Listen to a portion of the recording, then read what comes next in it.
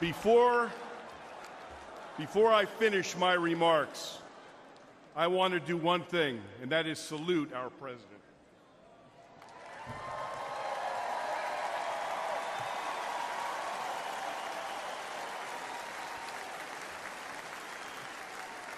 America, I make this promise. Our police will never waver from their mission to serve and protect, even at the risk of their own lives. But they need a true leader who will have their backs. Donald J. Trump is that leader.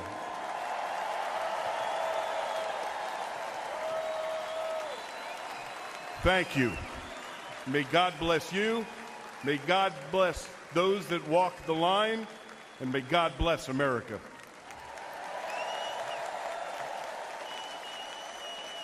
From the very first day that we take back the White House from crooked Joe Biden, the worst president in the history of our country, I believe that we're going to have 4 of the greatest years in the history of our country. I will once and for all secure our elections. We're going to go to paper ballots. We're going to have same-day voting, voter ID. We're going to do it properly. We're going to have good, secure, beautiful elections. We never want what happened in 2020 to happen again. But until then, Republicans must win. And we must use every appropriate tool available to beat the Democrats. They are destroying our country. Whether you vote early, absentee, by mail, or in person, we are going to protect the vote. That's the most important thing we have to do, is protect the vote. Keep your eyes open, because these people want to cheat, and they do cheat. And frankly, it's the only thing they do well. We will make sure your ballot is secure and your voice is heard. Many Republicans like to vote on Election Day, and we must swamp the radical Democrats with massive turnout on Tuesday, November 5th. The way you win is to swamp them. If we swamp them, they can't cheat. It just doesn't work out. But if you can't make it, you need to make a plan, register, and vote any way possible. We got to get your vote. So with your vote, we will win a victory the likes of which no one has ever seen before. We will evict crooked Joe Biden from the White House, and we will take back our country on November 5th, 2024, the most important day in the history of our country. That's what it's going to go down as. Thank you. Ladies and gentlemen, please welcome Iowa Attorney General Brenna Bird.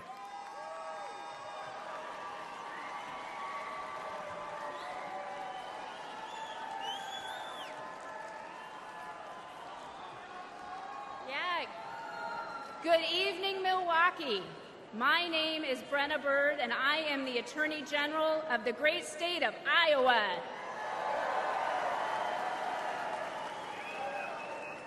A few years ago, I was a local prosecutor locking up bad guys.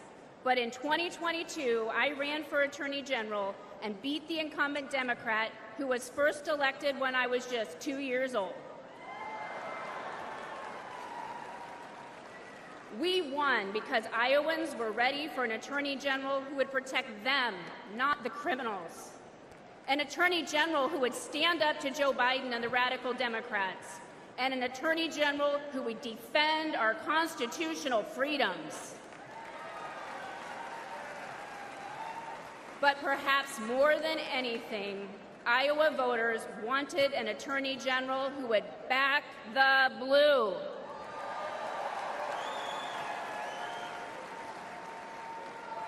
Unfortunately, Democrats like Joe Biden and Kamala Harris have made life miserable for law enforcement. They treat police like criminals, and criminals like victims. And tragically, many crime victims feel abandoned by a justice system that doesn't seem to put their interests first. They deserve better than what these defund the police Democrats deliver. Yet the radical left believes in handouts, not handcuffs. Democrats like Harris use words like reimagine the police. They're probably imagining more DEI programs for the police. Harris even said that putting more cops on the street wouldn't make communities safer. American families disagree. Never forget, the Democratic Party is the party of defunding the police. They said it, they mean it, and they can't wiggle out of it.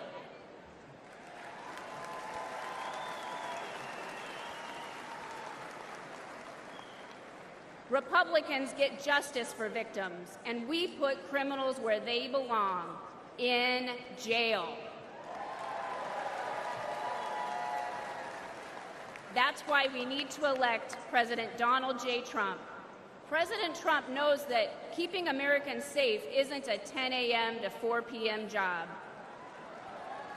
And rank and file cops know that President Trump, he has their back. It touched our hearts when earlier this year, President Trump attended the wake of a fallen New York City police officer. We all owe heroes like Officer Jonathan Diller a debt we can never repay. President Trump knows this, and he shows his gratitude. Joe Biden was also in New York City that day, but instead of honoring our heroes, he attended a glitzy fundraiser with Barack Obama and Bill Clinton. None of them went to pay their respects.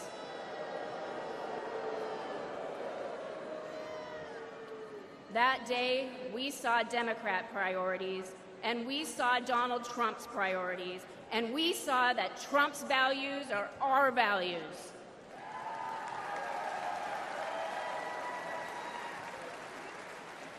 I urge everyone listening to stand with law enforcement and vote to make America safe again. I urge you to vote for Donald Trump on November 5th. Thank you, Milwaukee, and God bless you.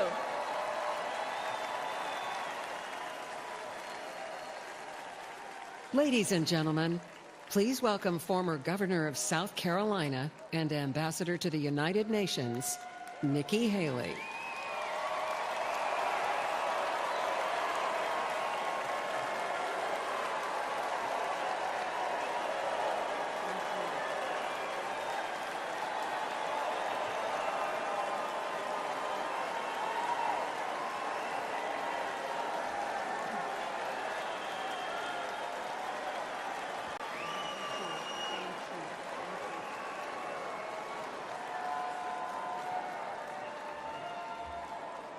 My fellow Republicans,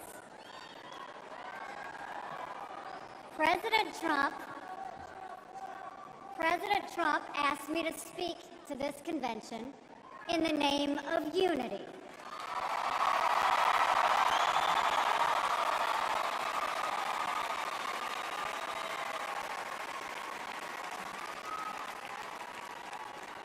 It was a gracious invitation, and I was happy to accept.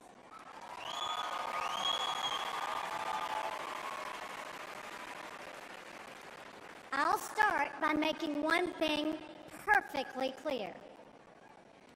Donald Trump has my strong endorsement, period.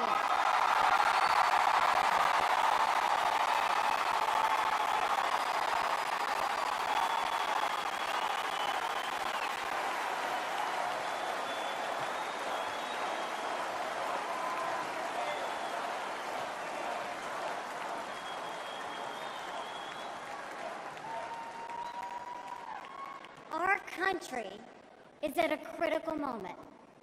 We have a choice to make. For more than a year, I said a vote for Joe Biden is a vote for President Kamala Harris. After seeing the debate, everyone knows it's true. If we have 4 more years of Biden, or a single day of Harris, our country will be badly worse off. For the sake of our nation, we have to go with Donald Trump.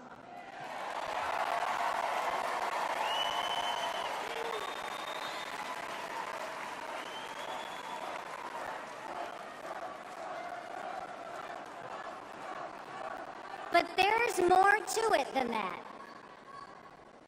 We should acknowledge that there are some Americans who don't agree with Donald Trump 100% of the time.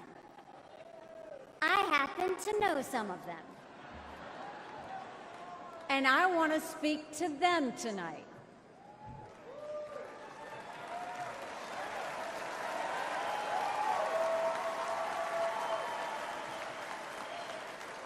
My message to them is simple. You don't have to agree with Trump 100% of the time to vote for him.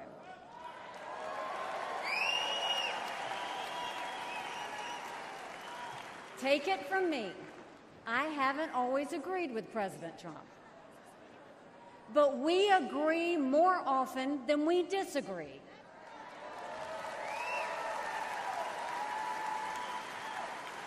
We agree on keeping America strong.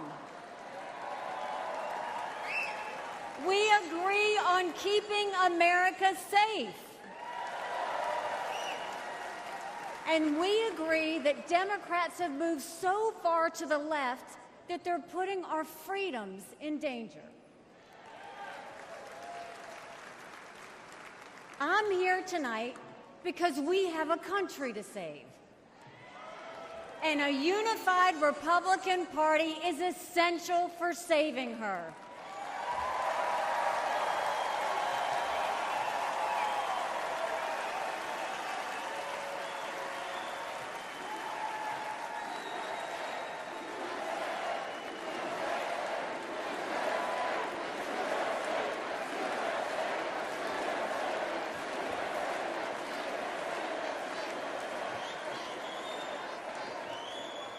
For those who have some doubts about President Trump, I want to tell you a few things about the Commander-in-Chief I know and worked with.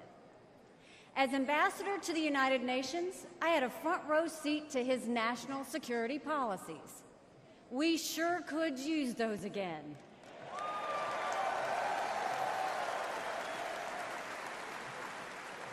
Think about it. When Barack Obama was president, Vladimir Putin invaded Crimea. With Joe Biden as president, Putin invaded all of Ukraine. But when Donald Trump was president, Putin did nothing. No invasions.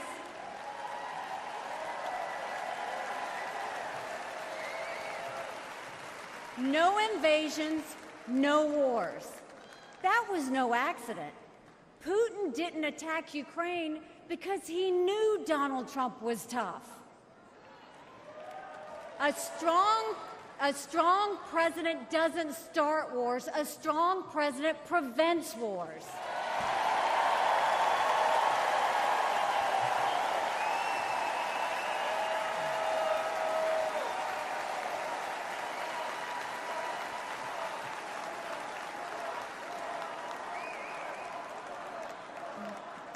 Then look at the Middle East. Every problem in that part of the world can be laid at the feet of Iran. The dictators who chant death to America are the bankrollers and weapons suppliers for Hamas and Hezbollah. They're behind the barbaric massacres and the hostage-taking. Once again, compare Trump and Biden.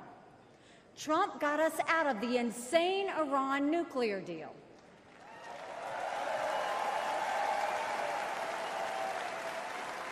He imposed the toughest sanctions ever on Iran.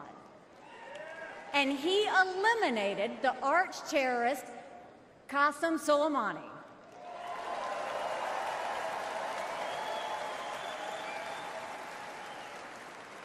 Iran was too weak to start any wars. They knew Trump meant business, and they were afraid. And then there's Joe Biden.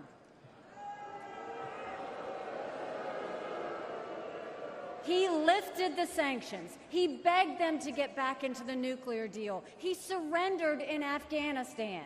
He sent every possible sign of weakness. Even now, while Hamas is still holding Americans hostage, Biden is pressuring Israel instead of the terrorists.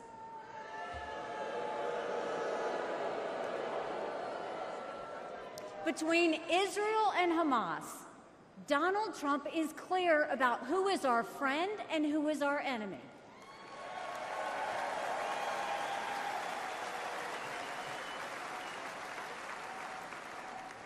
Then look at the border. It's the single biggest it's the single biggest threat Americans face. Under Joe Biden, migrants are coming into our country by the thousands every day. We have no idea who they are, where they end up, or what they plan to do. And let me remind you, Kamala had one job, and that was to fix the border.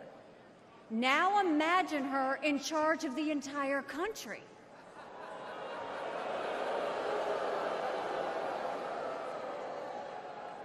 Under Donald Trump, we didn't have the border disaster we have today, and we won't when he is president again.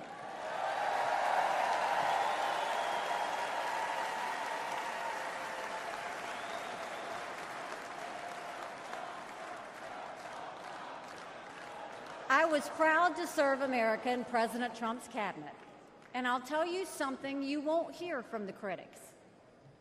He appreciated advice and input. Americans were well served by his presidency, even if they didn't agree with him on all things. Now, to my fellow Republicans, we must not only be a unified party, we must also expand our party.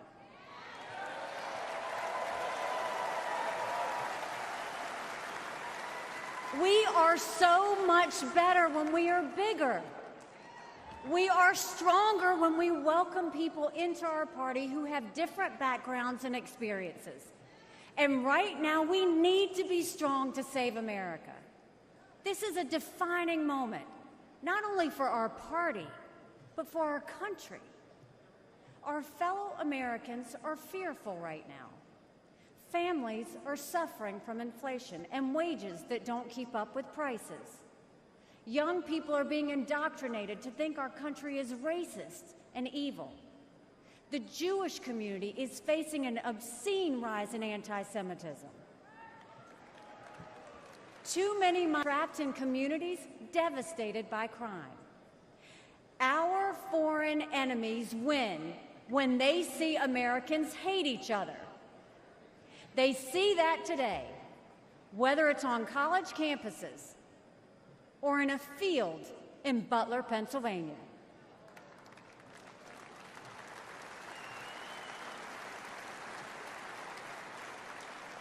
But we can conquer those fears with strength and unity. No president can fix all of our problems alone. We have to do this together. America has an amazing ability to self-correct. In this moment, we have a chance to put aside our differences and focus on what unites us and strengthens our country.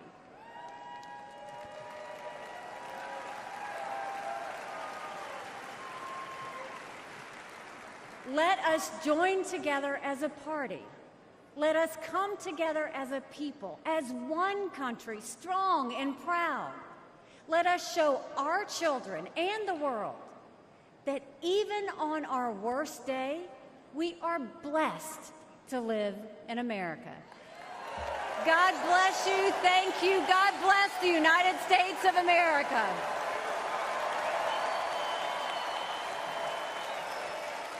And now, ladies and gentlemen, please welcome the Governor of Florida, Ron DeSantis.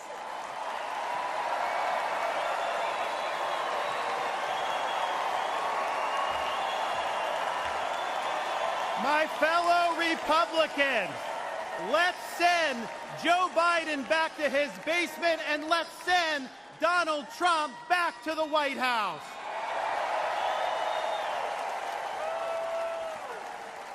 Life was more affordable when Donald Trump was president. Our border was safer under the Trump administration, and our country was respected when Donald Trump was our commander-in-chief. Joe Biden has failed this nation. As a veteran, I was appalled when 13 of our service members were killed in Afghanistan due to Joe Biden's dereliction of duty. As a citizen, as a husband, and as a father, I am alarmed that the current President of the United States lacks the capability to discharge the duties of his office. Our enemies do not confine their designs to between 10 a.m. and 4 p.m. We need a commander-in-chief who can lead 24 hours a day and 7 days a week. America cannot afford 4 more years of a weekend at Bernie's presidency. But let's be honest. Let's be honest here. Biden is just a figurehead. He's a tool for imposing a leftist agenda on the American people.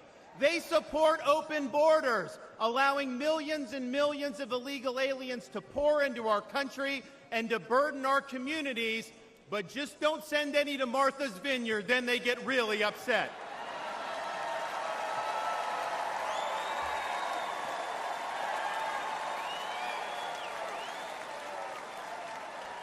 They have unleashed progressive prosecutors across our nation who care more about coddling criminals than about protecting their own communities. They use the unelected bureaucracy to impose their will on us without our consent, and they weaponize political power to target their political opponents like they've done to our own nominee. They want to ban gas automobiles, eliminate Second Amendment rights, and impose gender ideology on everyone from our infantrymen to kindergartners. They stand for DEI, which really means division, exclusion, and indoctrination, and it is wrong.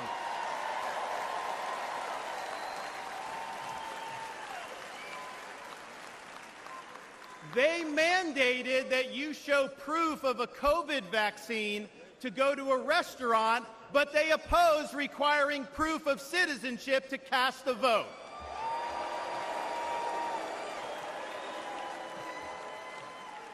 They can't even define what a woman is. Now, Donald Trump stands in their way, and he stands up for America.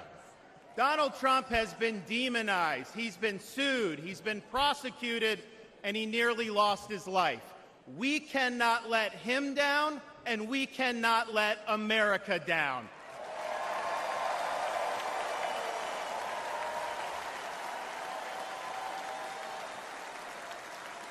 It is the values of this Republican Party that reflect our nation's founding principles. We believe schools should educate, not indoctrinate. We stand for parents' rights, including universal school choice. We support law and order, not rioting and disorder. We seek a focused United States military, not one distracted by a social agenda. We reject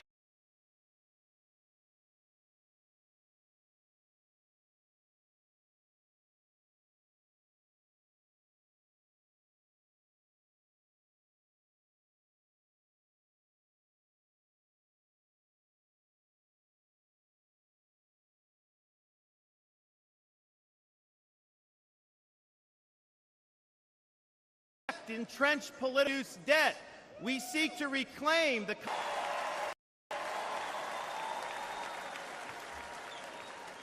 We stand for shared civic culture, and we oppose any immigration that stands apart or in contrast to our American values.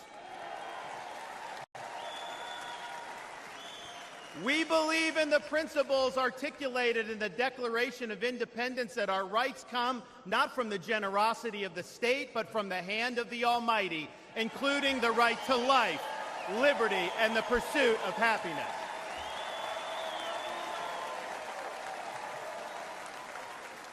Now, none of this is easy. but it can be done. For decades, my home state saw elections determined by razor-thin margins. Today, due to bold leadership, the Democratic Party lies in ruins. The left is in retreat. Freedom reigns supreme.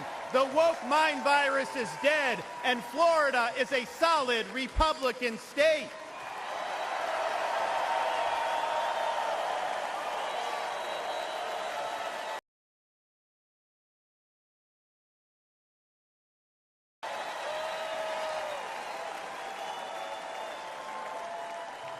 Now, electing Donald Trump gives us the chance to do this all across America.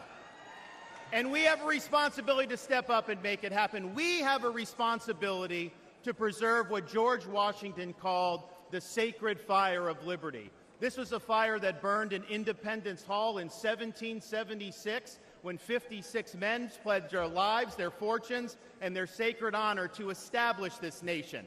It's a fire that burned at a cemetery in Gettysburg, Pennsylvania, when our nation's first Republican president pledged this nation to a new birth of freedom. It's a fire that burned at the foot of the Berlin Wall in 1987, when our nation's 40th president stood in front of that wall and said, "Mr. Gorbachev, tear down this wall."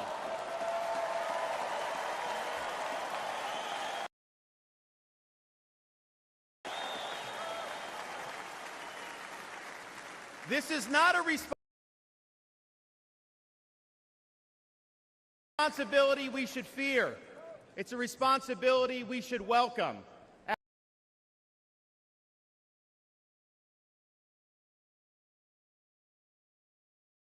After all, if not us, who? And if not now, when?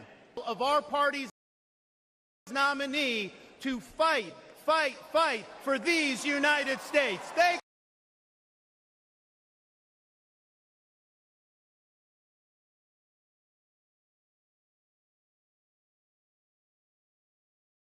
Fight for these United States. Thank you. God bless you. Let's win in November. Thank you so much.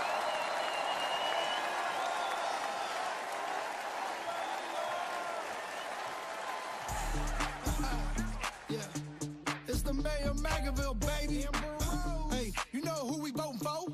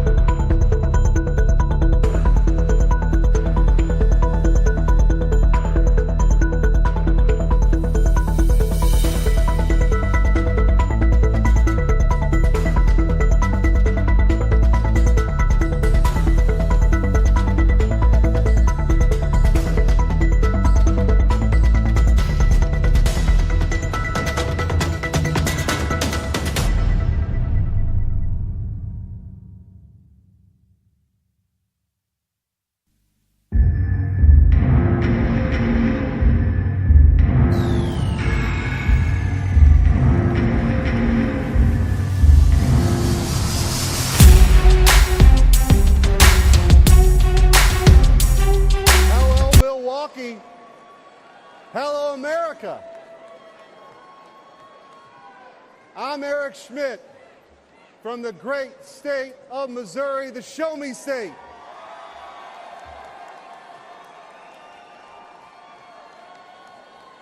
It's not lost on me how unlikely my presence is on this stage. As the grandson of a butcher, the son of a man who worked 7 days a week in the midnight shift, my blue-collar roots run deep. And I'm proud the Republican Party is the party of working families.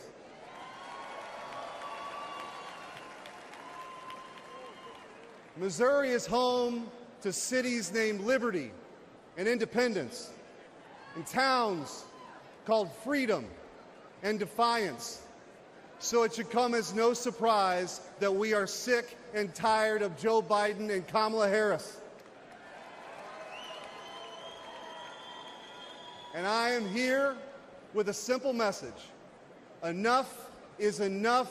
We're ready to take our country back.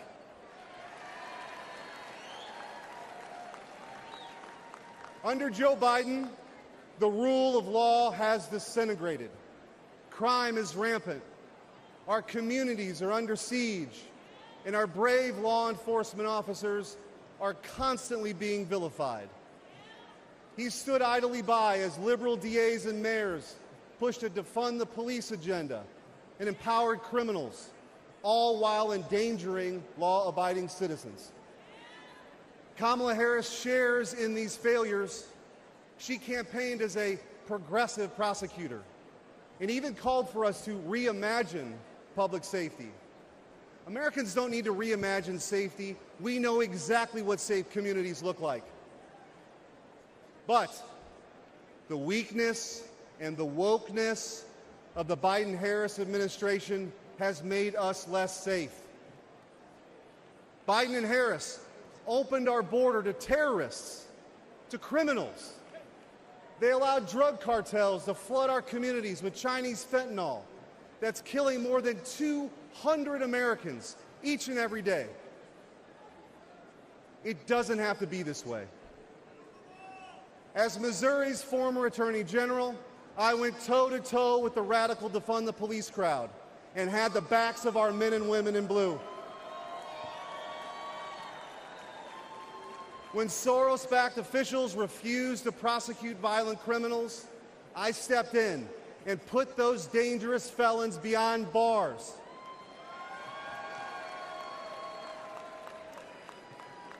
And I know President Trump will do the same. He'll restore law and order. He'll unapologetically back the blue. And President Trump will secure the border once and for all.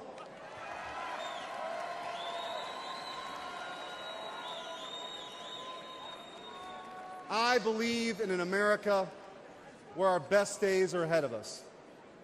I believe in an America where moms and dads can raise their kids in safe communities. And I believe in an America where we defend the police, not defund the police.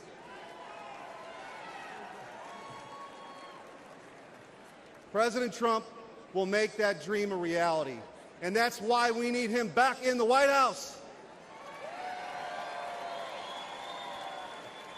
Ladies and gentlemen, a vote for President Trump is a vote to make America safe again. Thank you. God bless you. And God bless the United States of America.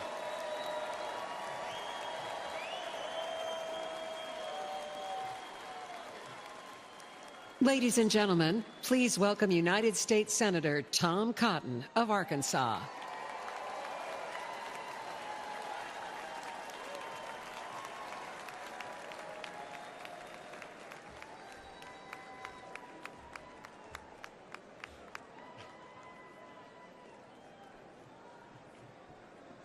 I want to share two stories about immigration and two presidents.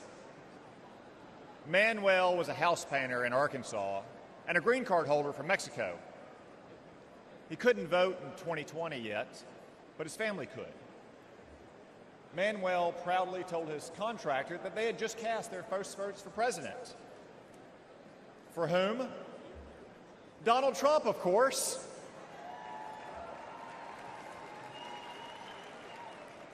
When asked why, Manuel gestured to the parking lot and responded, "Have you seen my new pickup? And did you know that my brother and sister both have full-time jobs? With Trump, we've had more work than ever. Things are good."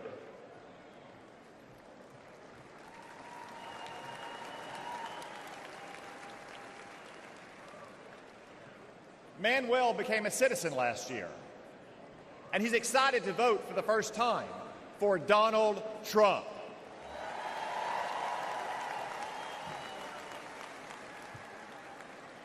By contrast, after Joe Biden and the border czar, Kamala Harris, reversed President Trump's immigration policies and welcomed a third world invasion, I traveled to our border.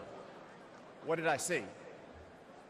The body of a migrant drowned in the Rio Grande. Human traffickers on the southern bank taunting the Border Patrol. Migrants huddled under a bridge. I asked them why they came. None said persecution. Most said for a job. A few admitted because they could get in. Another answered with one simple word: Biden. My flight home the next day was full of these migrants. And you, all of you, paid for their tickets.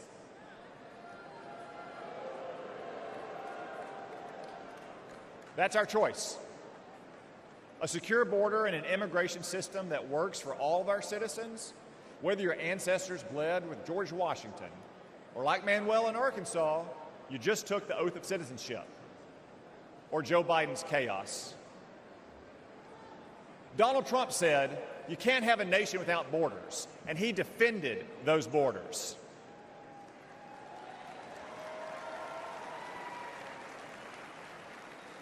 Joe Biden thinks borders are racist. Donald Trump will secure our border once again.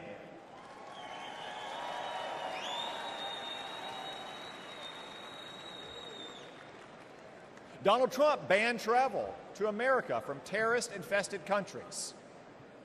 Joe Biden allowed ISIS to smuggle terrorists in.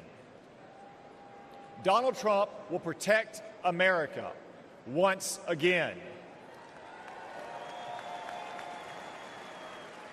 Donald Trump insisted that immigrants must stand on their own 2 feet, the oldest principle of American immigration. Joe Biden gave migrants welfare, free hotels, and more. Donald Trump will stop migrant welfare once again.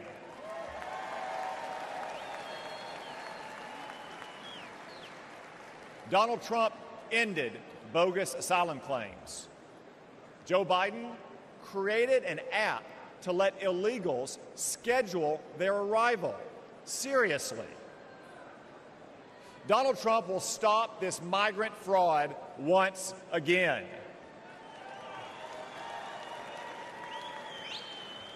Donald Trump cracked down on hiring illegals. Joe Biden let illegals take American jobs. Donald Trump will protect America's workers once again. So what choice will we make?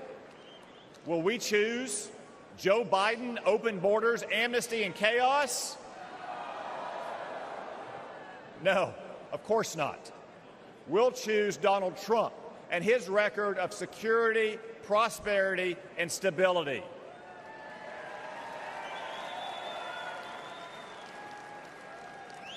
As Manuel said, things were good with Donald Trump, but everything has gone to hell under Joe Biden. But this Biden chaos will end soon, because it's time for us to elect President Trump to secure our border and to make America great again. Thank you all. God bless you. God bless the United States of America.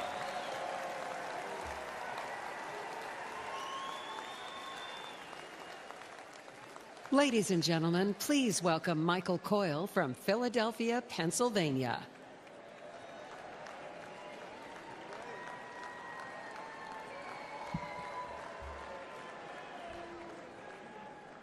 Good evening, Milwaukee. My name is Michael Coyle. I'm from Philadelphia, in an area of Kensington, one of the worst neighborhoods in America. Kensington has long struggled, but in the last few years, things have gotten much worse.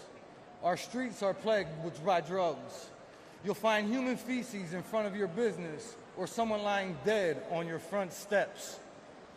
Politicians say nice things or clean up the streets for a couple weeks in an election year or when someone famous visits or even when there's bad news. But as soon as the politicians are no longer afraid for their jobs, we are no longer afraid for our lives. Our children grow up seeing this, thinking it's normal. But there is nothing normal about this. This should not be the norm happening in the richest nation on earth. As a dad and small business owner, I had to do something. I started a nonprofit to improve the neighborhood I love and shared videos online of the horror we live with. In just one day, in one park, where our kids passed to reach the public library, we picked up over 1,000 needles. 1,000. This is unacceptable. Philadelphia is not just my home, but the birthplace of the nation, where our founding fathers signed the Declaration of Independence. This is not a tragedy for just my city, but for our nation. My city and all cities deserve better.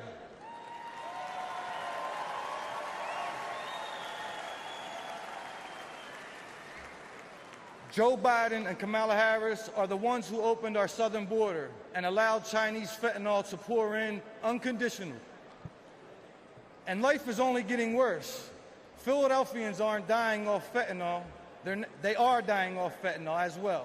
They are now using something called tranq, which is literally rots the flesh of the users.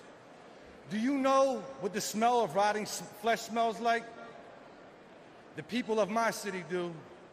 In Donald Trump, I see a leader who will end the urban nightmare.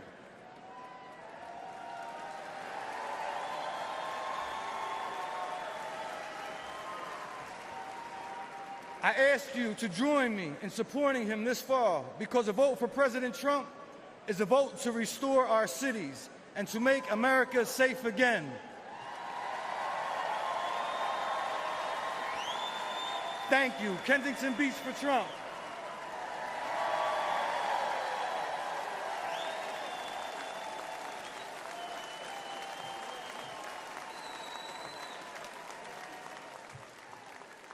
Ladies and gentlemen, please welcome Aaron Coper from Pittsburgh, Pennsylvania.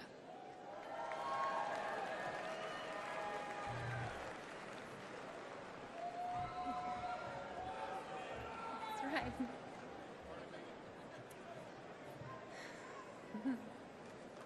Good evening. My name is Aaron Coper. I'm a grassroots organizer, a proud Republican woman, and a longtime resident of Pittsburgh, Pennsylvania. I'm here to urge Americans to re-elect President Trump and make America safe again. But I'm also here with a warning, because in recent years, I've had a front row seat to the chaos caused by Democrats and their soft on crime policies. Democrat Mayor Ed Gainey, Congresswoman Summer Lee, and especially Socialist County Executives Sarah Innamorato have demoralized and disrespected our police while unleashing criminals into our communities. The Pittsburgh Police Department has shrunk from 991 officers in 2020 to 750 at the end of last year. Response times are soaring. One city worker got mugged at gunpoint and raced to a police station but no one was there to help. The Democrats have given Pittsburgh defund the police on steroids. The result is crime and chaos. There were 122 murders in my county in 2022, one of the deadliest years on record. Drug deaths are also near record highs. But statistics don't tell the full story. I've been chased by drug dealers on my own street. I've seen filthy tent cities pop up on my block. I've talked to business owners who find human waste, used needles, and shell casings outside their shops. I've felt the chill of fear as a woman when I'm alone in a parking garage or on the street. What the Democrats did to San Francisco, they're doing to my city. But law-abiding citizens are fighting back and saying no more. I saw this when Pittsburgh Republicans, independents, even Democrats came together to beat Soros prosecutor last November. It can happen again this November.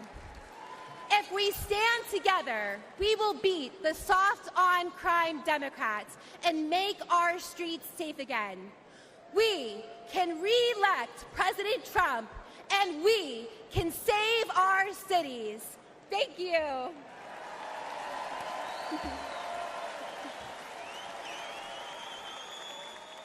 Ladies and gentlemen, please welcome American mom and funder.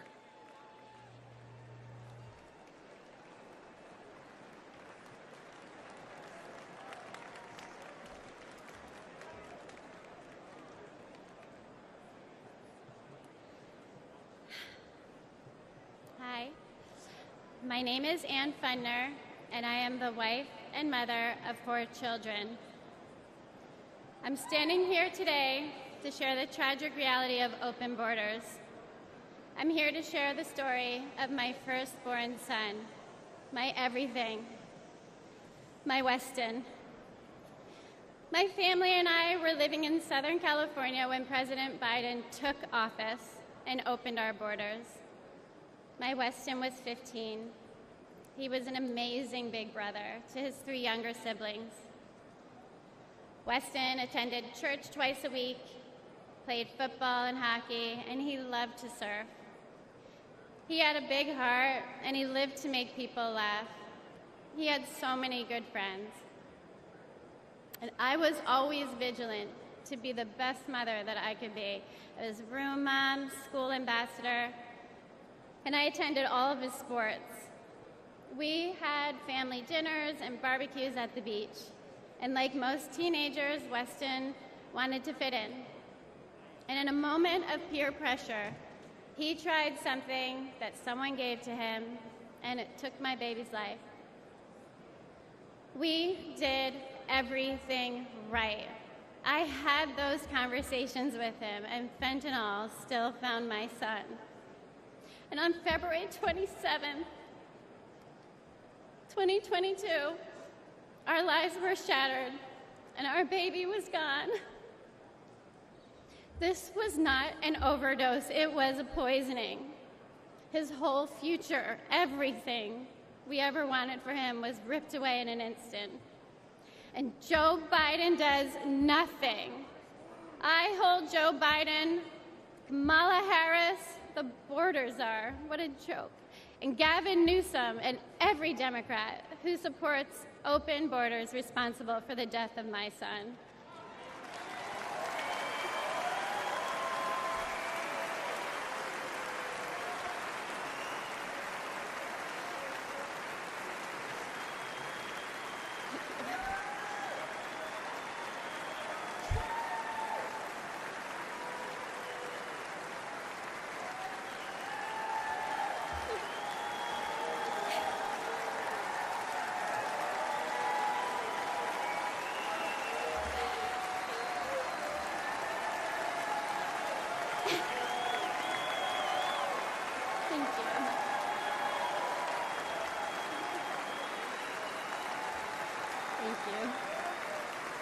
Thank Thank you.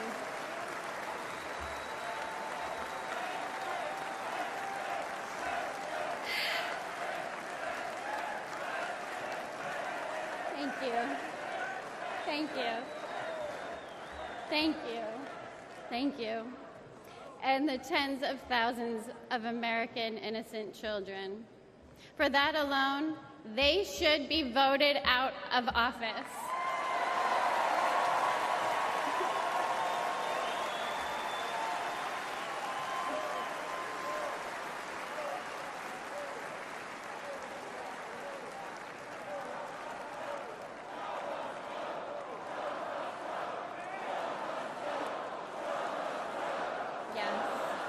Must go.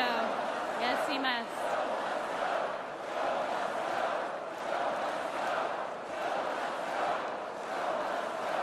Joe must go. Absolutely.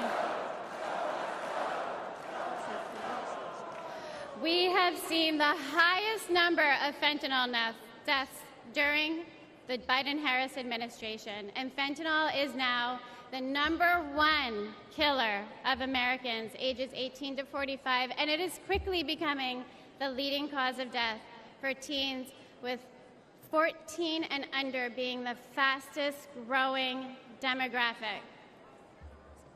We need President Trump back in office. We need a president who will seal the border, aggressively prosecute drug dealers, and stop Communist China from poisoning our children.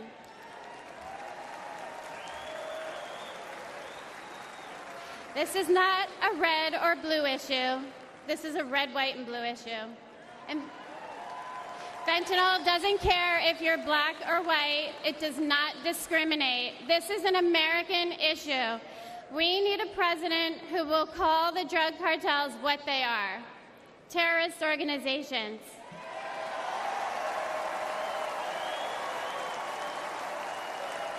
This fight is not for me.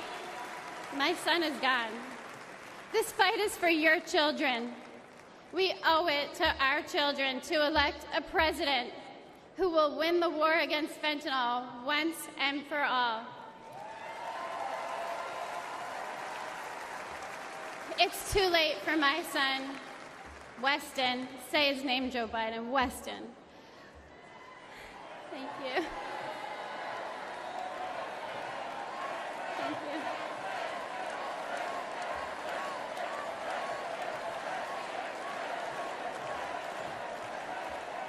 But we can change this for your children. We need President Trump back to save the lives of our kids. Thank you. Thank you. God bless America.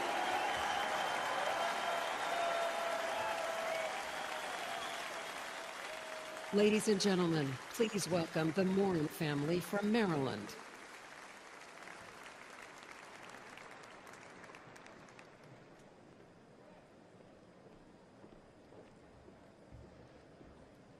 Last year, we lost my beloved sister, Rachel. She went for a walk in one of our family's favorite places.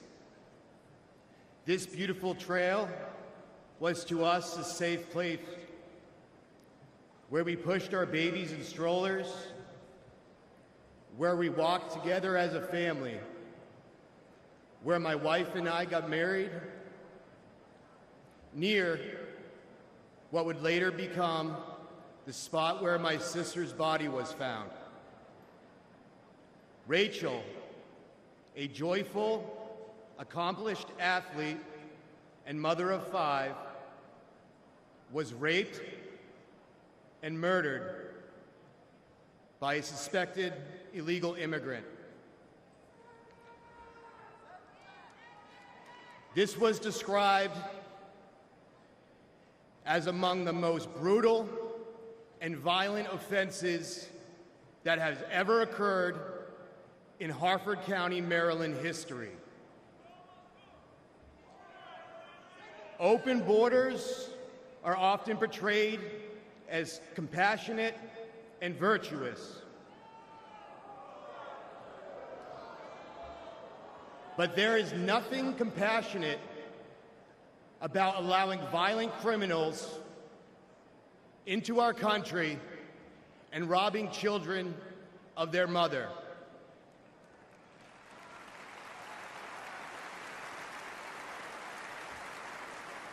My sister's death was preventable. The monster arrested for killing Rachel entered the U.S. unlawfully after killing a woman in El Salvador. Joe Biden and his designated border czar, Kamala Harris, opened our borders to him and others like him, empowering them to victimize the innocent. Yet, to this day, we have not heard from Joe Biden or Kamala Harris.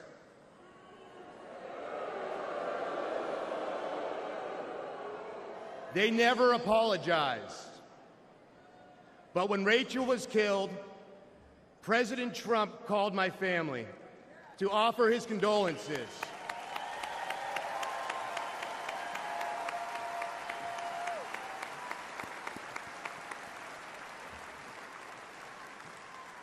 He wanted to meet with us.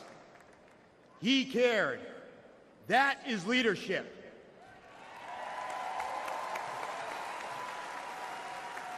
And we need real leadership back in the White House. What has gotten us through this unthinkable loss is our faith in Jesus Christ.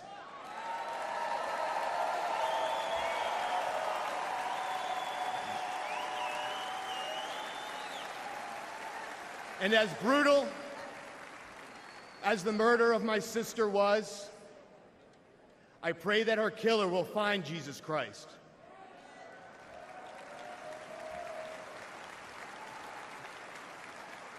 For all the affected by senseless tragedy, I pray for peace, knowing that all things work together for good, to those who love God, to those who are called according to his purpose.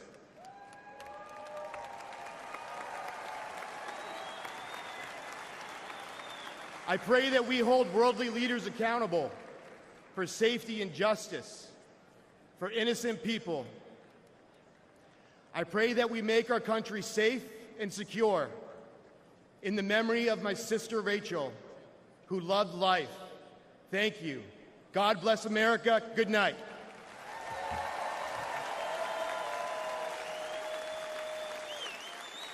Ladies and gentlemen, please welcome Madeleine Brame from New York.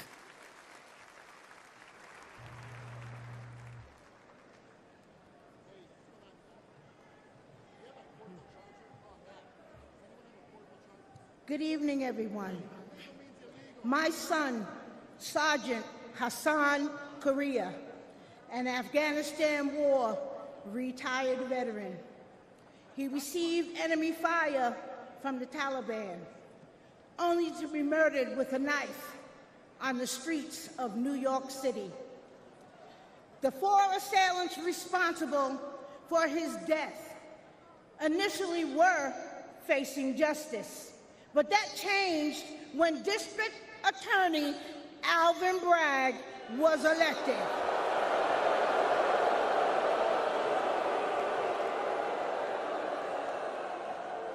Suddenly, 2 of the homicidal maniacs responsible for my son's death had their gang assault and murder charges completely dismissed.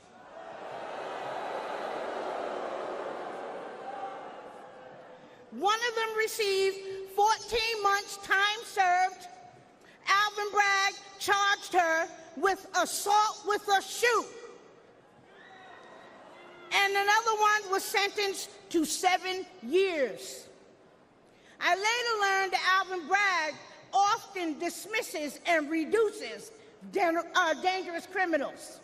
He wants to clear the jails and return violent felons onto our streets every day. The injustice was devastating for me and my family. I don't want anyone else to experience the senseless pain that many other victims across this United States of America have to live with every day. So I decided to use the voice that God gave me to be the voice for the voiceless across America.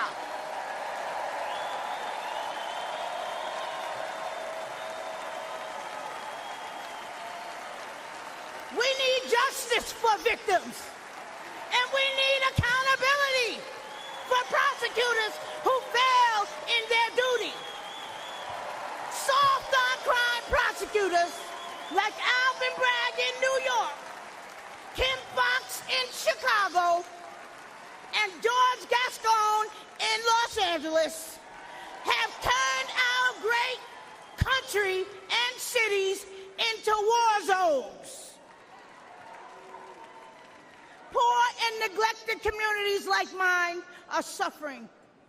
And who else in here is sick and tired of being sick and tired?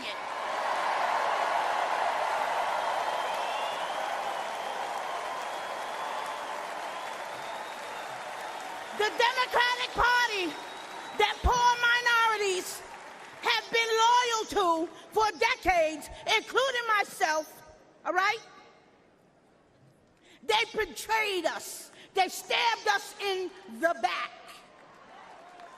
Joe Biden and Kamala Harris, who claim to represent us, have abandoned us. They neglected the poor minority communities across America.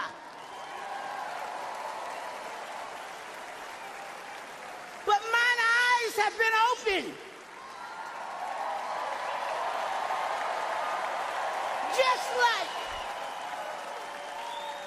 Just like so many other poor minorities across America. Donald Trump shares our values, love of God and family and country.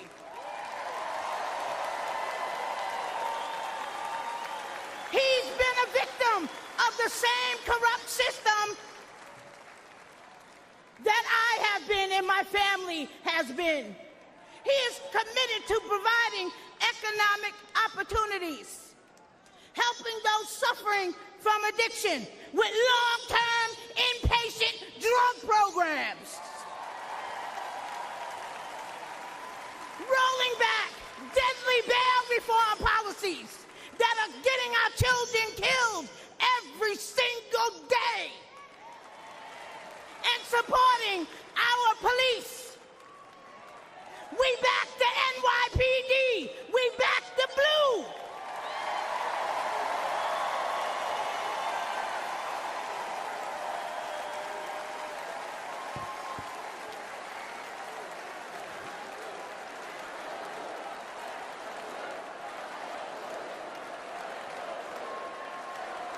Back the blue.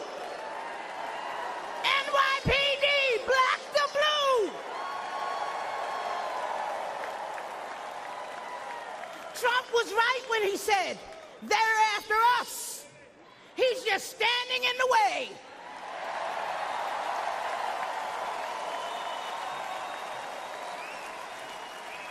And guess what?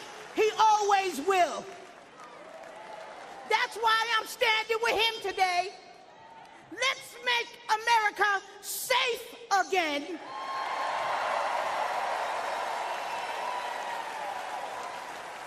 Re-elect our Donald J. Trump.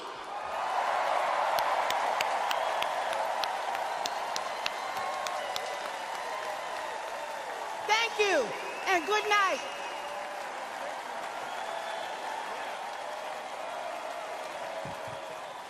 Ladies and gentlemen, please welcome Arkansas Governor Sarah Huckabee Sanders.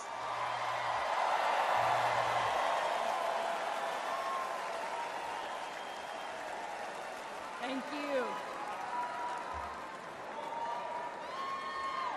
What a powerful story to follow. Good evening. I'm Sarah Huckabee Sanders.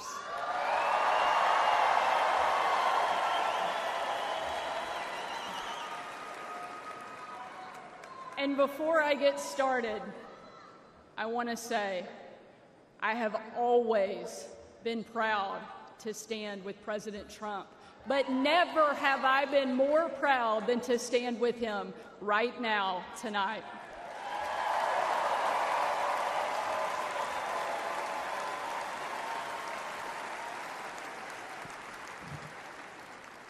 Not even an assassin's bullet could stop him.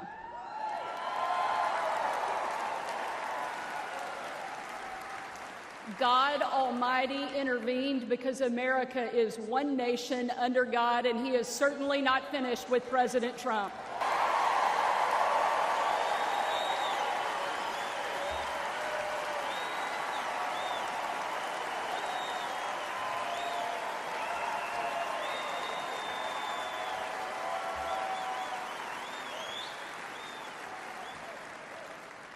And our country is better for it.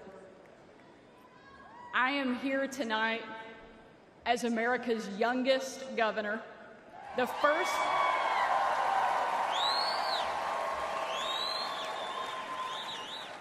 first woman to lead the great state of Arkansas.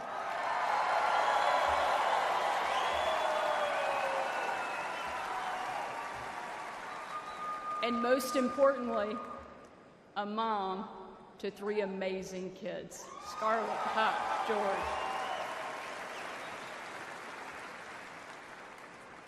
When I was President Trump's White House press secretary,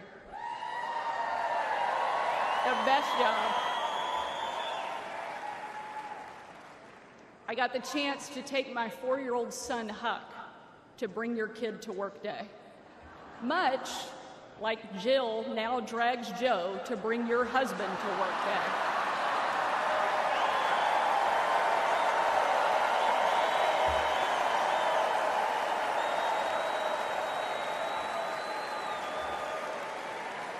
And while I was briefing the president on the upcoming event in the Oval Office, all of the kids who were attending that day gathered in the Rose Garden, getting ready to meet him.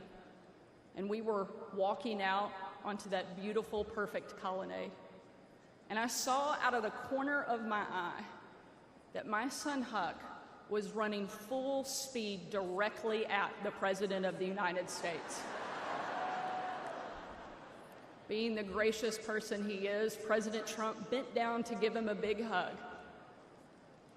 And right in front of everyone, Huck sidestepped the president, completely ignoring him in front of everyone, and ran straight into my arms.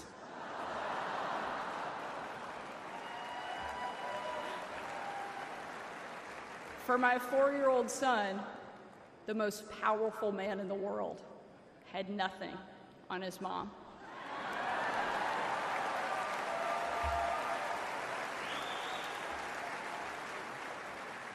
But because he's the amazing man he is, President Trump didn't mind at all. After all, he's a dad to 5 unbelievable kids and a grandfather to 10.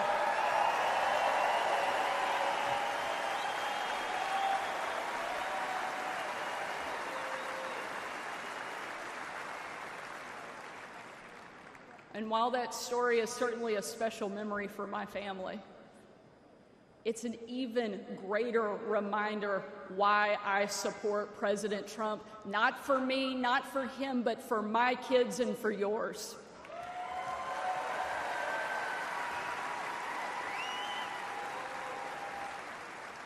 Under President Trump, America was safer, the world was safer, and it felt like the next generation would have a chance at the American dream.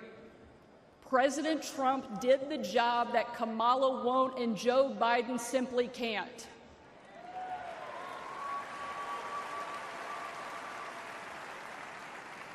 When we're honest, every American knows that we were so much better off under President Trump.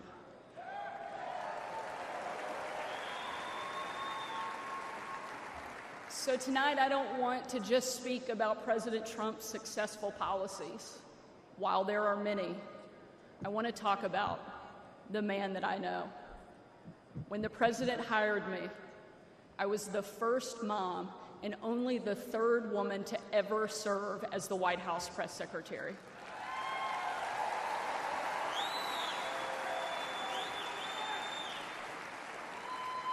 And in that role, I endured relentless attacks from the left. I was insulted as a guest at the White House Correspondents' Dinner. My family was denied service and kicked out of a restaurant.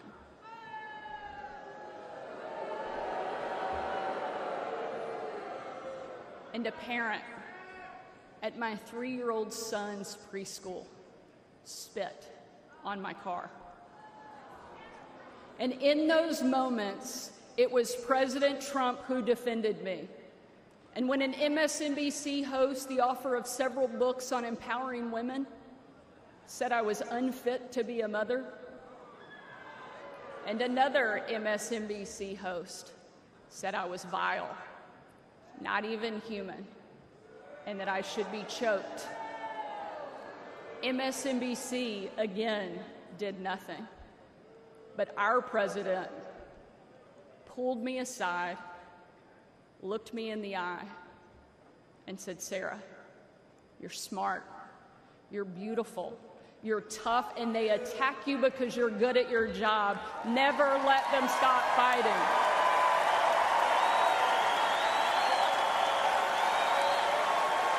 Thank you, Mr. President. Thank you.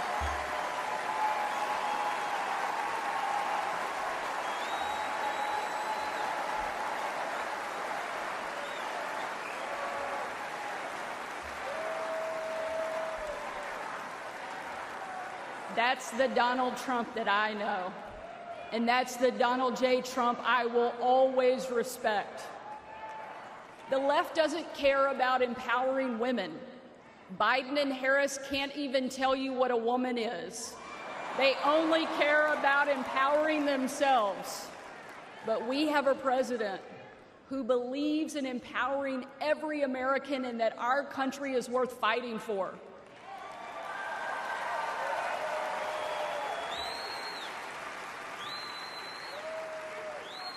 For the last 4 years, Republican governors have been leading that fight and doing what Joe Biden refuses to do.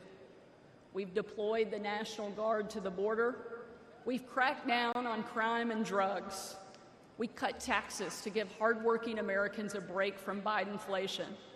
And we empowered parents with universal school choice across the country.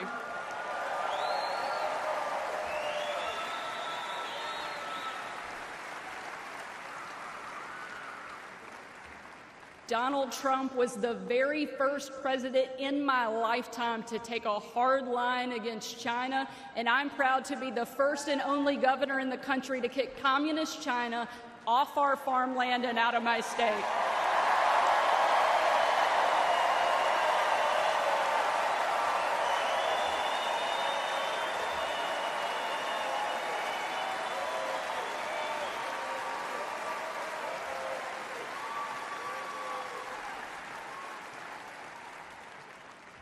President Trump is a leader, and he's the leader our country needs.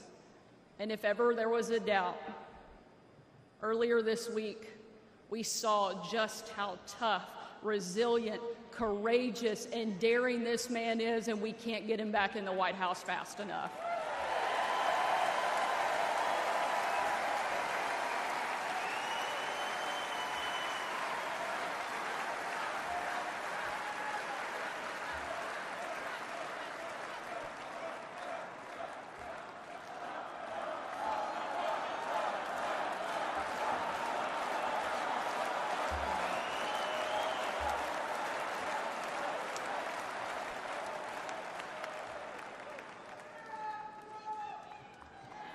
Ladies and gentlemen, we are not called to stand still in the face of great danger.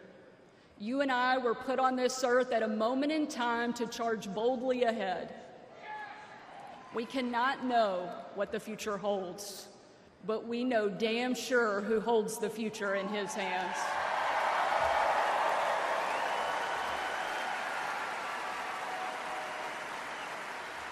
God spared President Trump from that assassin because God is not finished with him yet.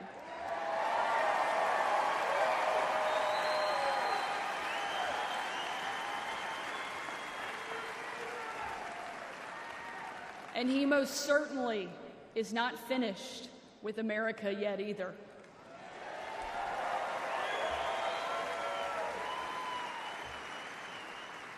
With God as our guide and President Trump back in the White House, we will show the world that America is the place where freedom reigns and liberty will never die.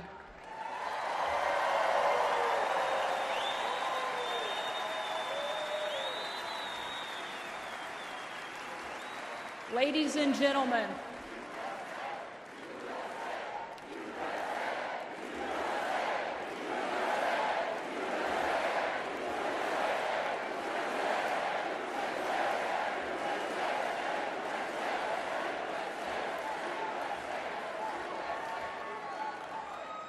tonight, let us not leave here just excited about a great few days, but let us leave here energized and committed to making sure that we protect our freedom and we have the ability to pass it on to the next generation, because America is the greatest country that the world has ever known, and our kids and our grandkids deserve to enjoy it the way each of us did.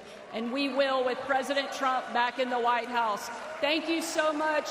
God bless the great state of Arkansas and the amazing United States of America. Thank you very much.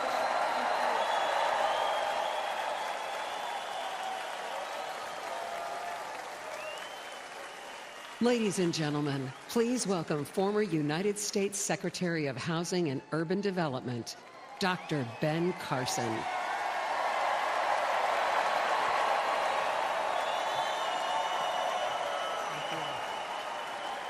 Thank you. Thank you so much. Thank you. You know, Sarah Huckabee always says to me, I hate to follow you. But I think she turned the table on me tonight. I want to thank you all for being here and for being involved. Like many of you last week, I watched with horror as the events unfolded in that Pennsylvania field. I saw President Trump, a dear friend, escape death by mere inches. And my thoughts immediately turned to the book of Isaiah, that says, no weapon formed against you shall prosper.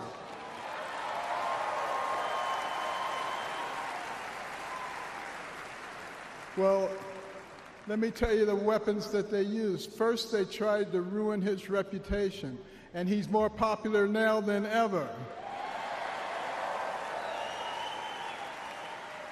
And then they tried to bankrupt him, and he's got more money now than he had before. And then they tried to put him in prison, and he's freer and has made other people free with him. And then last weekend they tried to kill him, and there he is over there alive and well.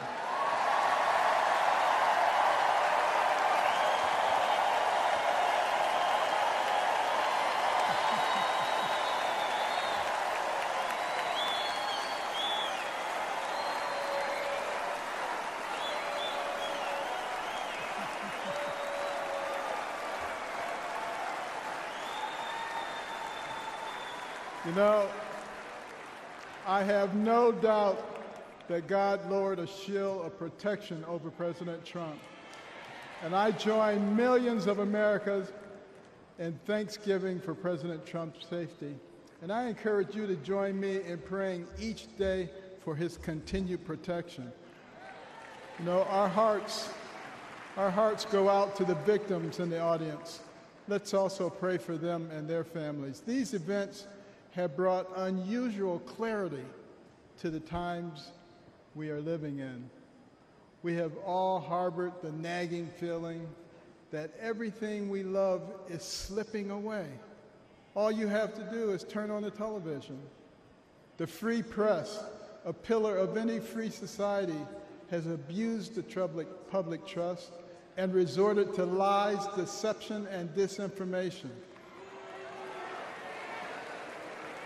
They divide us along lines of race, class, and gender, rather than uniting us around our shared bond as Americans. Our government has been no better, shredding our Constitution and upending the rule of law. We have a wide open border, a broken education system, and chaos breaking out around the world. And on top of it all, we have a president who, well, if you can't say anything good, don't say anything at all. But ask anyone around the world, what does it mean to be an American?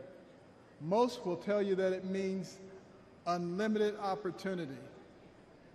That where you begin in life doesn't dictate where you will end. That's the America I grew up in. In no other country could a poor inner city kid raised by a single mom make it to an Ivy League school, then to medical school, become a successful neurosurgeon, run for president, and eventually become a member of the president's cabinet.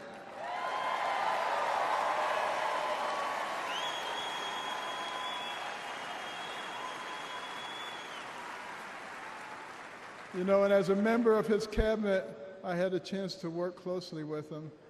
And I got to tell you, this is a man who is a gift to us as a nation. He is very gifted. He is very smart. He is very compassionate. He cares about people. And I'll tell you, the first time I met him was before either of us got into the political arena. And we were at Mar-a-Lago, and someone came up to him and said, "Mr. Trump, Rod Stewart just walked in." And he said, "I don't care. This is Ben Carson."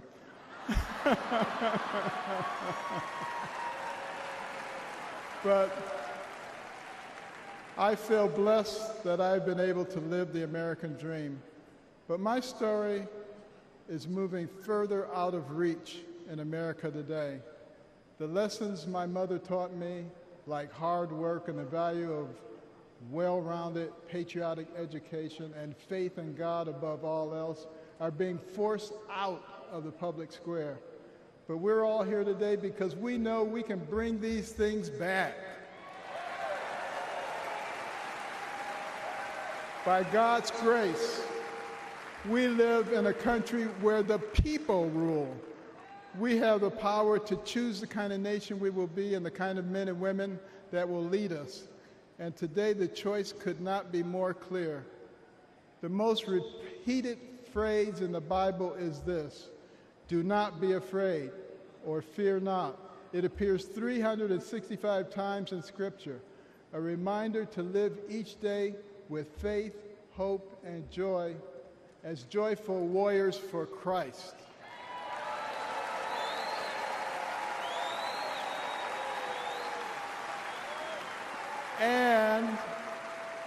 And when God is with us, nobody can stand against us. With this assurance from the Almighty, even the face of evil itself cannot shake our resolve. We will keep fighting, we will keep praying, and by the grace of God, we will save our country and re-elect President Trump together with Vice President Vance this November. And I want you to remember this. In 1831, Alexis de Tocqueville came to America to study our nation because the Europeans were fascinated. They wanted to know, how could a nation barely 50 years old already compete with them on virtually every level? So he looked at our government, and he was duly impressed by our checks and balances and separation of powers. And then he looked at our business environment. He was duly impressed by how we encourage entrepreneurship and innovation. And he looked at our educational system, and he was blown away by the fact that he could find a mountain man in the middle of the woods who could read, who could tell him about the Declaration of Independence. But the thing that impressed him the most was when he went to our churches and he heard those inspirational sermons from the pulpits that inspired a ragtag bunch of militiamen to defeat the most powerful army in the world and gave the American people a moral base.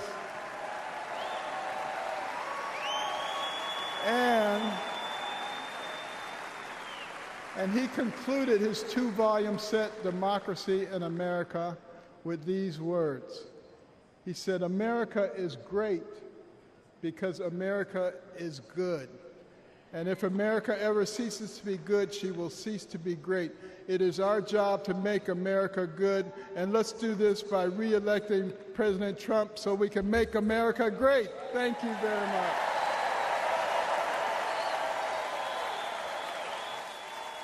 Ladies and gentlemen, please welcome United States Senator of Florida, Marco Rubio.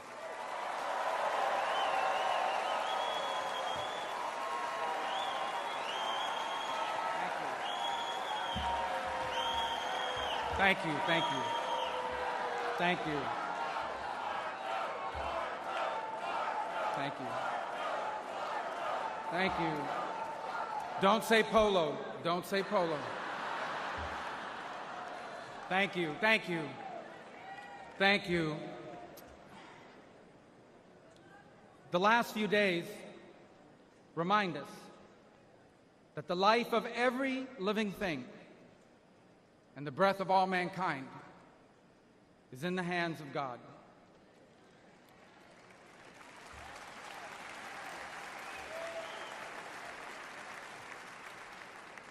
We were brought to the precipice of the abyss, and by the hand of God, reminded of what truly matters in our lives and in our country. This thing we do called politics, it matters. It's not unimportant. But it is our people who must always matter the most in everything we do.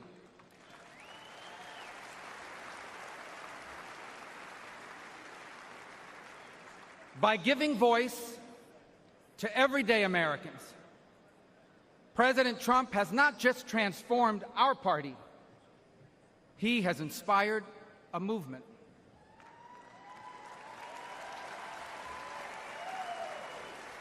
A movement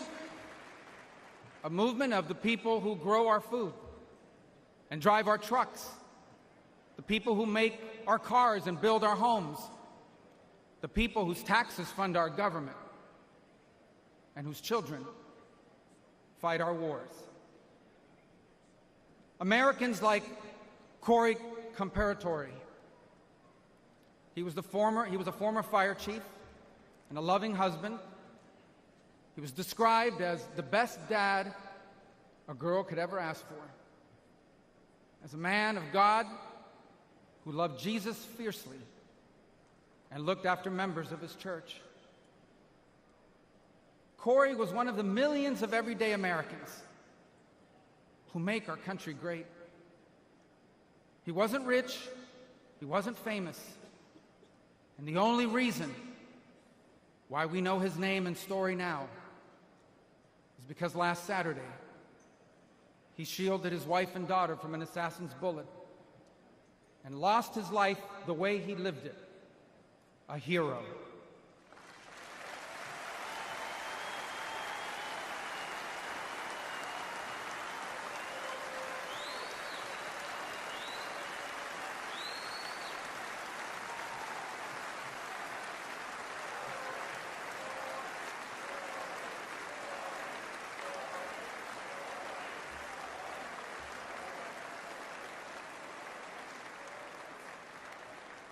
For those still wondering who are in the press and many watching at home, these are the Americans who wear the red hats and wait for hours under a blazing sun to hear Trump speak.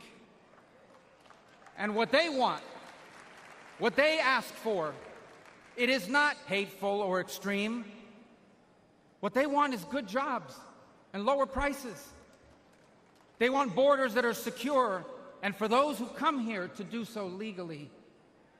They want to be safe from criminals and from terrorists. And they want for our leaders to care more about our problems here at home than about the problems of other countries far away.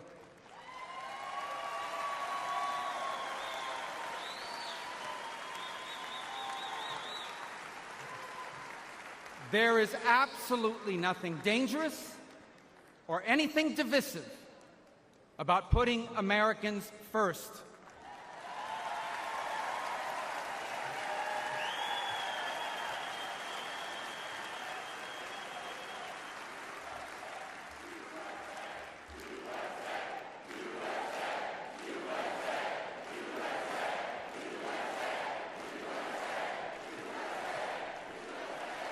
Those who are offended, anyone who is offended about putting America first has forgotten what American is and what American means.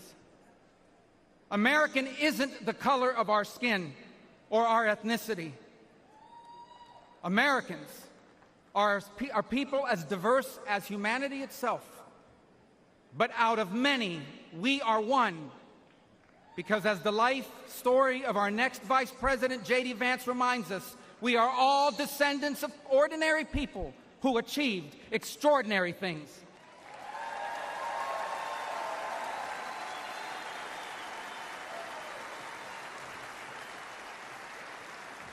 Who do we come from? We come from pioneers who ventured west to chase their dreams, and slaves who overcame bondage to claim their right to the promise of America. We come from exiles who fled tyranny in search of freedom, and of immigrants who left behind all they had and knew because they could not be or achieve God's purpose for their life in the nation of their birth. That is an American.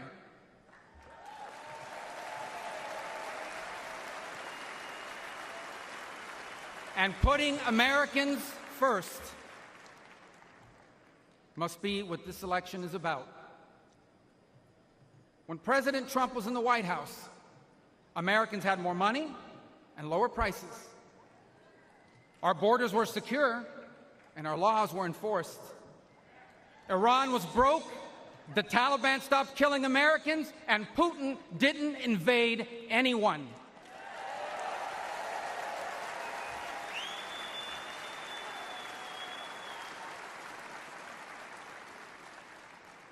Now, under Biden, high prices devour paychecks. Criminals and drugs are allowed to flood into our country and terrorize our people. And Iran has money to support terrorists. The Taliban humiliated us in Afghanistan, and not one, but two major wars have broken out. My fellow Americans, the only way to make America wealthy and safe and strong again is to make Donald J. Trump our president again.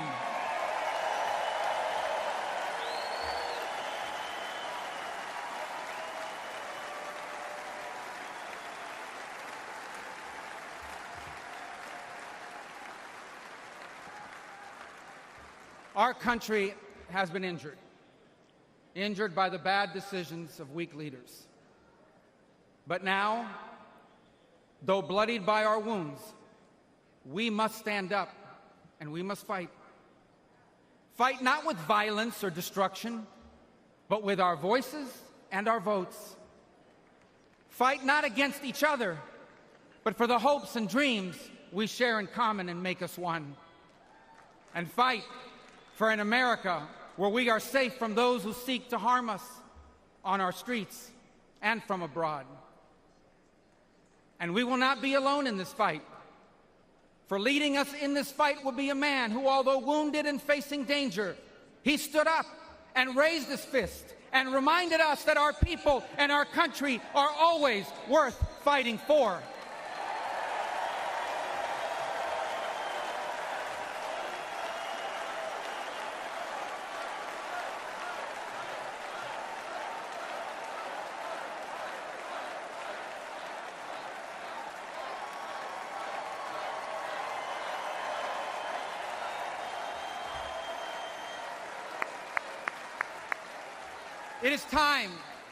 It is time to put our country and our people first again. And if we do, together, we will make our people wealthy again. If we do, together, we will make our country safe again. Together, We will make Donald Trump our president again.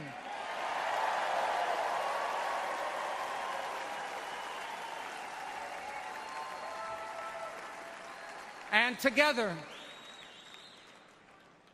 we will not just make America great again.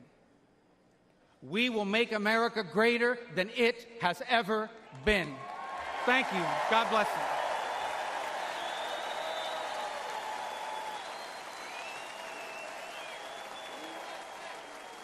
Ladies and gentlemen, please welcome Laura Trump.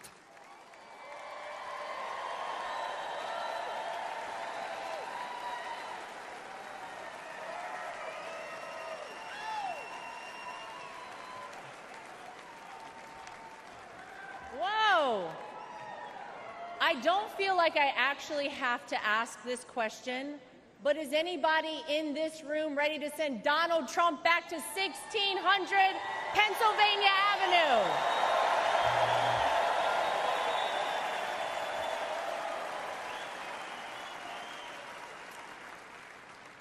Well, it may not be a surprise that I actually had a very different speech that I was prepared to give up here tonight.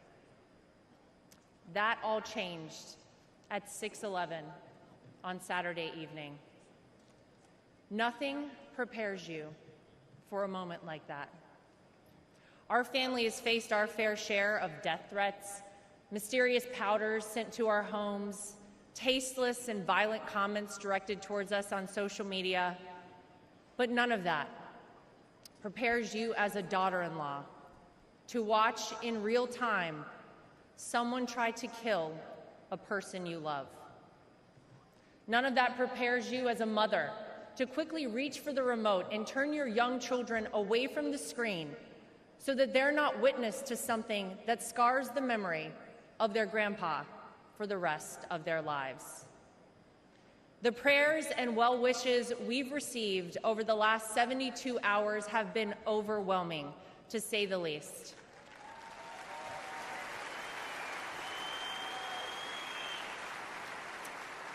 And my heart goes out to the family who lost a husband and a father because of this senseless act.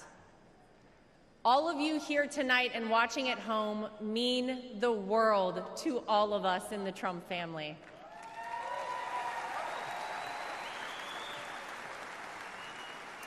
If Donald Trump has shown us anything, it's that when it feels impossible to keep going, those are the times we must keep going.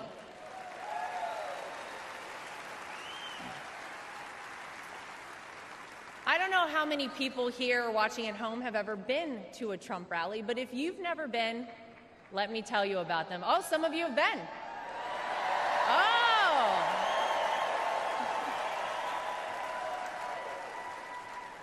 Regardless of how the media have painted these rallies, you would be hard-pressed to find and to join a happier group of people coming together over their love for the greatest country on earth, the United States of America.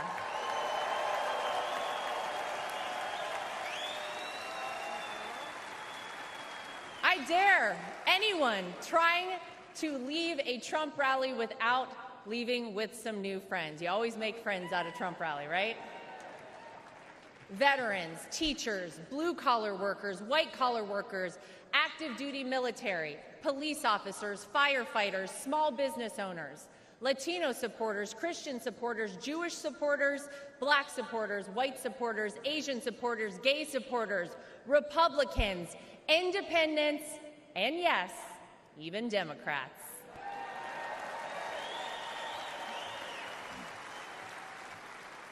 At a Trump rally, you're not viewed as your profession, your religion, or the color of your skin. You're viewed as one thing: an American.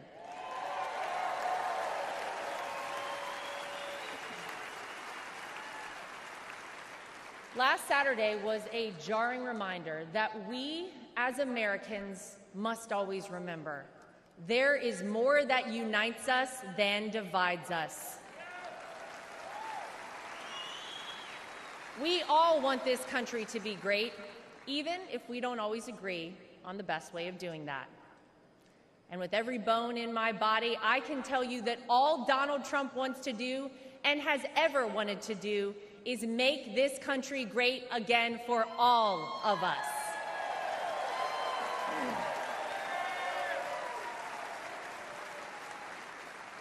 Proverbs 28 reads, "The wicked flee, though no one pursues, but the righteous are as bold as a lion." And that truly epitomizes Donald Trump.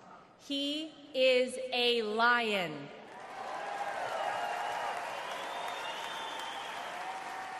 He is bold, he is strong, he is fearless, and he is exactly what this country needs right now.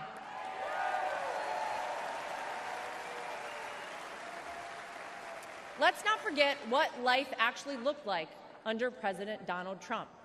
Trade deals across the world that benefited our economy, allied countries paying their fair share, a safe and secure southern border, record low unemployment rates for African Americans, Hispanic Americans, Asian Americans, and women, record investment in historically black colleges and universities, the creation of the United States Space Force, the most comprehensive prison reform in decades. How about the peace agreements in the Middle East that they said would never happen?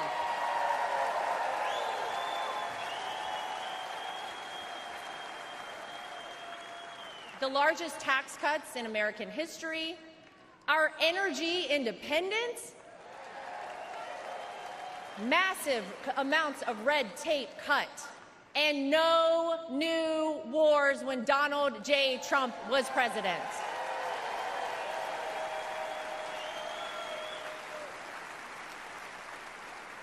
Maybe, most importantly though, you could actually feel it in your everyday life.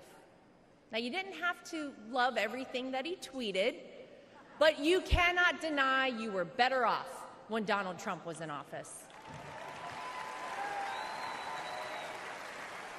Americans were finally able to start saving money. Home prices were affordable, and gas hit a low of $1.87 a gallon.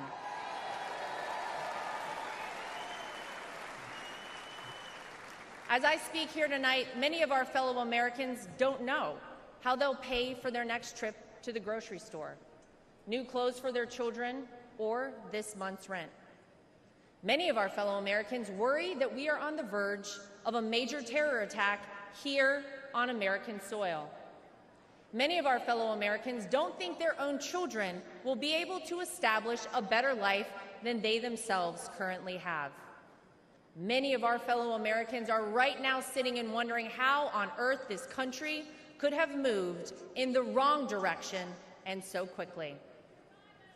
The Democrats and the media know that they cannot convince you, the American people, that your life is better off now, because it's not.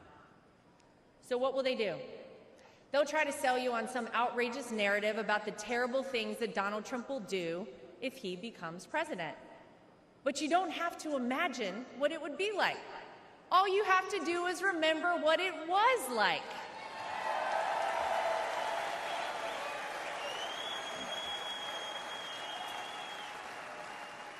I know. Oh, yeah.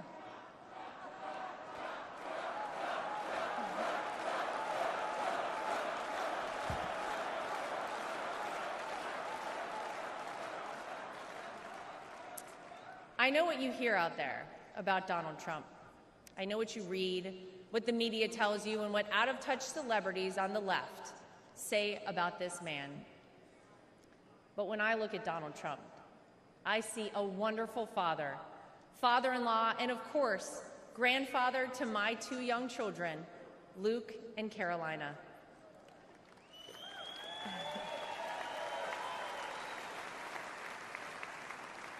I know that I'm lucky enough to get to call him my father-in-law and see him a little differently than all of you. But it's through that lens that I sometimes wish more people could see him. This is a man who has sacrificed for his family and a man who has truly sacrificed for his country.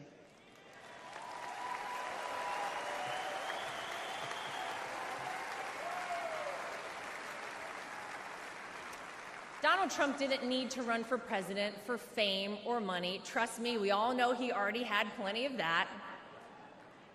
I'll tell you why he did it and why he continues on, even in the face of the unthinkable. Because he loves this country.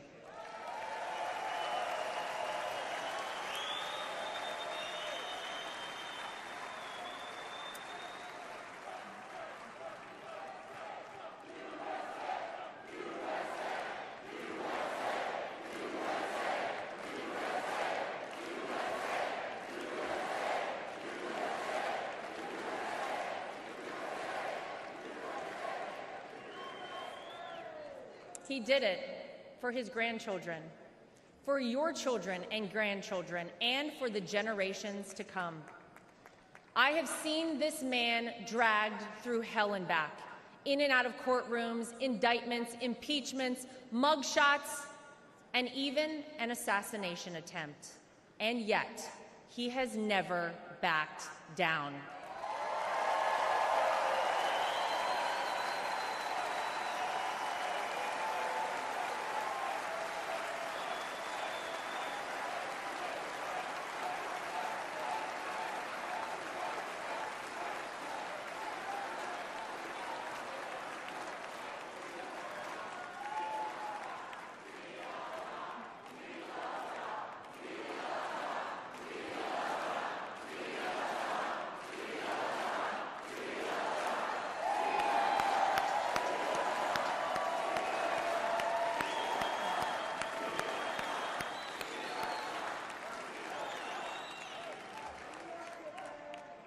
I'll never forget watching my two children run up to him with their drawings and hugs for Grandpa, just moments before he took the elevator down in Trump Tower to address the media the day after his wrongful conviction. Despite everything else he had going on, he had no other focus in the entire world, just a man relishing time with his grandchildren. It's a side of Donald Trump that not enough people get to see. Maybe you got to see a side of Donald Trump on Saturday that you were not sure existed until you saw it with your own eyes. Martin Luther King Jr. once famously said, "The ultimate measure of a man is not where he stands in moments of convenience and comfort, but where he stands at times of challenge and controversy."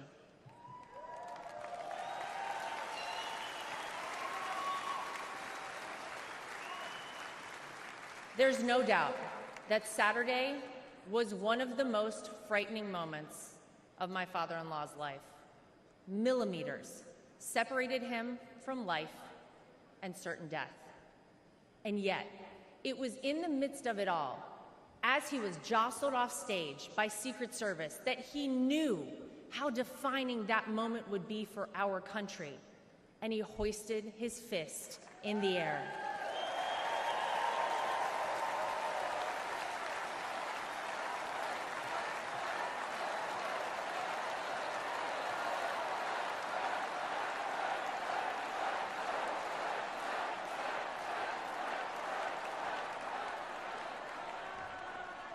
It was not just for the audience at the rally, not just for his supporters tuning in, but for all of America. And as a signal to the world that no matter what, America will always prevail.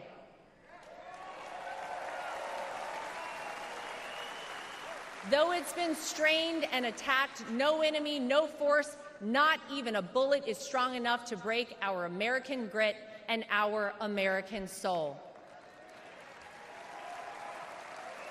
We are the country whose founders gave their fortunes, freedom, and lives to pursue the dream of a free society. We are the country of Thomas Edison, Susan B. Anthony, Henry Ford, and Harriet Tubman. We are the country who fought and won 2 world wars. And we are the country who always rises to meet the moment, no matter how insurmountable the task. And in that split second, on Saturday, Donald Trump reminded us all of that very history and who we are at our core as a nation. That is the Donald Trump that I know.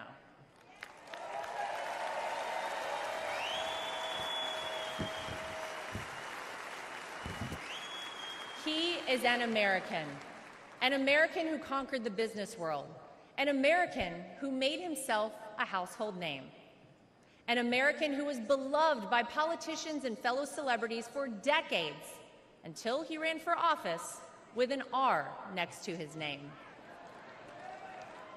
An American whom even Barack Obama admits people consider the American dream. And instead of sailing off into the sunset after an illustrious real estate and television career, he decided to give back. He decided to bring some of the things that had made him so successful in life to all of you in order to improve the lives of all Americans. Black, white, brown, gay, straight, all Americans, because that's the man that